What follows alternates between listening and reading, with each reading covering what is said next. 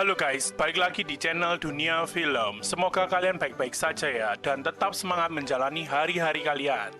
Kali ini Mimin akan membahas alur cerita film yang diangkat dari kisah nyata. Gimana rasanya jika tiba-tiba kalian menyadari kalau kalian tidak mirip dengan anggota keluarga kalian? Atau ternyata kalian memiliki saudara lain yang tidak kalian ketahui selama ini? Nah, kali ini film yang akan Mimin bahas berkisah tentang seorang anak yang menyadari bahwa dia tidak mirip dengan anggota keluarganya. Film ini berjudul Our Father yang dirilis pada tahun 2022. Tanpa berlama-lama, mari kita langsung bahas ceritanya. Seperti biasa guys, sebelum Mimin bahas alur ceritanya, jangan lupa klik tombol subscribe buat Mimin ya guys, biar Mimin makin semangat upload alur cerita buat kalian. Siapkan posisi duduk yang enak dan jangan lupa pakai headset kalian. Film dimulai dengan menampilkan tempat dokter kandungan, lalu terdapat foto anak-anak yang terpajang di dinding ruangan dokter tersebut. Kita juga diperlihatkan dengan seorang dokter yang lagi posisi kalian tahu sendirilah ya, itu lagi ngapain, nggak perlu Mimin jelasin. Dan film pun dimulai. Scene awal kita diperlihatkan dengan Jacob, seorang narasumber atau orang yang pertama kali menyadari kejanggalan tentang asal-usul orang tuanya. Ia merasa dirinya berbeda dengan kedua orang tuanya. Ia memiliki mata biru dan rambut yang pirang, sedangkan anggota keluarganya mayoritas memiliki mata hitam dan rambut hitam. Mimin kalau ada di posisi Jacob juga pasti ikut bingung sih. Karena hal itu, Jacob menanyakan ke ibunya tentang apa yang terjadi dan apakah benar ia anak mereka. Ibunya pun akhirnya menceritakan kepada Jacob kalau dirinya berasal dari donor sperma. Ibunya menceritakan awal mula ia bertemu dengan Dr. Clint yang terjadi pada tahun 1979. Ia menemui dokter itu untuk melakukan inseminasi buatan karena suaminya memiliki masalah dengan kesuburan. Jacob yang mengetahui kenyataan itu dari ibunya pergi menemui dokter itu pada tahun 1999. Untuk mencari siapa pendonor spermanya. Tapi sesampainya di sana, dokter ini tidak memberikan informasi kepada Jacob dengan alasan dokumen ibunya sudah dimusnahkan. 15 tahun setelahnya, saat ia berumur 35 tahun, ia memutuskan untuk melakukan tes DNA. Karena ia yakin kalau setidaknya ia memiliki satu atau dua saudara di luar sana. Hasil tes pun keluar dan betapa terkejutnya Jacob saat ia mengetahui bahwa ia memiliki setidaknya 7 orang yang memiliki keterikatan dengannya. Karena fakta itu, Jacob pun menjadi semakin penasaran dan melakukan investigasi. Ia mencari satu persatu nomor dari 7 orang tersebut.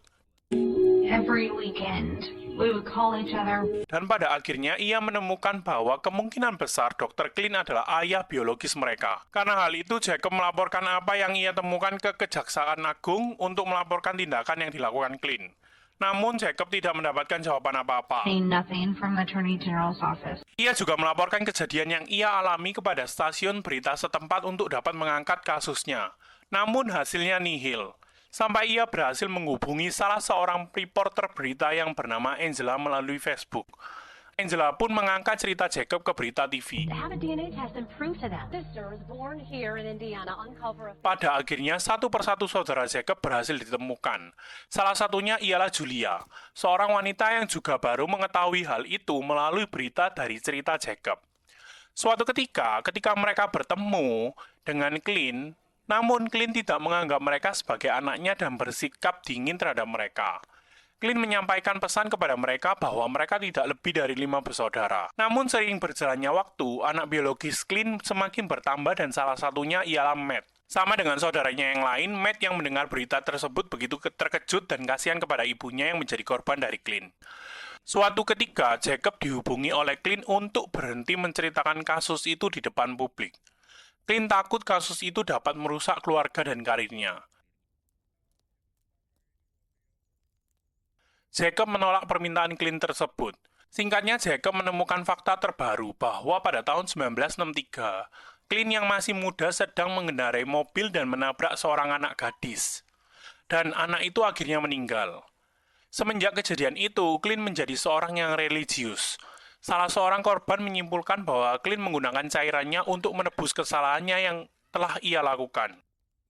Scene berpindah pada Jason, salah satu saudara Jacob yang ke-48.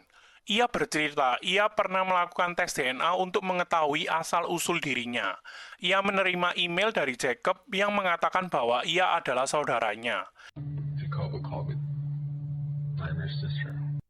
Jacob masih berusaha menghubungi kantor kejaksaan untuk melakukan investigasi kepada Clint, walaupun hasilnya ia masih diabaikan. Salah satu orang kejaksaan bernama Tim mengatakan bahwa kejaksaan tidak melihat adanya unsur pidana dalam kasus ini. Itulah yang menyebabkan Clint tidak bisa ditahan atas perbuatannya. Jelas Jacob dan para korban lainnya menjadi kecewa atas pernyataan tersebut. Namun, titik terang terlihat. Tepatnya pada 23 Januari 2015, terungkap fakta bahwa Clint menggunakan dokumen palsu yang ia serahkan ke kantor Kejaksaan Agung agar ia bebas dari tuduhan. Hal itu menyebabkan Clint bisa terkena pasal karena menghalangi proses penyelidikan. Orang dari Kejaksaan Agung pun datang ke rumah Clint untuk mengambil sampel DNA miliknya. Clint pun hanya bisa pasrah walaupun tampak kesal dari raut mukanya. Hasilnya pun mengejutkan. Jacob memiliki kecocokan 99,9% DNA dengan Clint. Kasus mulai ditanggapi serius. Jacob dan korban lainnya akhirnya puas setelah Clint mendapatkan hukuman walaupun bukan dari kasus pelecehan, namun dari kasus pemalsuan dokumen. Lalu, Jacob diberikan kesempatan untuk menyampaikan pernyataan dampak yang dilakukan Clint terhadap korban. Namun, Jacob malah memberikan pernyataan yang harusnya ia tidak ucapkan. Akibatnya, Jacob kalah dalam sidang dan Clint hanya mendapatkan percobaan hukuman dan denda sebesar $500. Scene berpindah pada saudara ke-61 yaitu Ellison. Awalnya, Ellison tidak peduli dengan email yang ia terima dari Jacob. Sampai pada tanggal 29 Desember 2019, di acara Dr. Phil, Ellison mulai menyadari apa yang disampaikan Jacob adalah benar. Film pun ditutup dengan keberhasilan para ibu dan saudara yang meloloskan undang-undang di Indiana buat pendonor inseminasi ilegal pada tahun 2018. Dan setelah kejadian itu, diketahui ada 44 dokter yang mendonorkan spermanya sendiri. Dan di sini kita dikasih tahu bahwa sampai saat ini ada 94 saudara Jacob. Benar-benar gila dan mind-blowing sekali ya. Sekian dari cerita Mimin, jangan lupa klik tombol like, comment, dan subscribe buat Mimin ya guys.